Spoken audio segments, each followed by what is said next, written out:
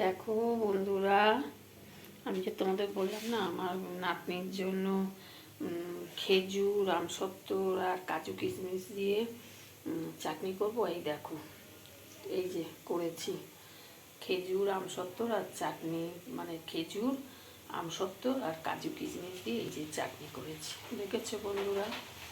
আর দেখো বন্ধুরা, এই যে এখন চাও বসালাম, এই যে দেখো, এই এখন চাও বসালাম, চাও খাবো। আর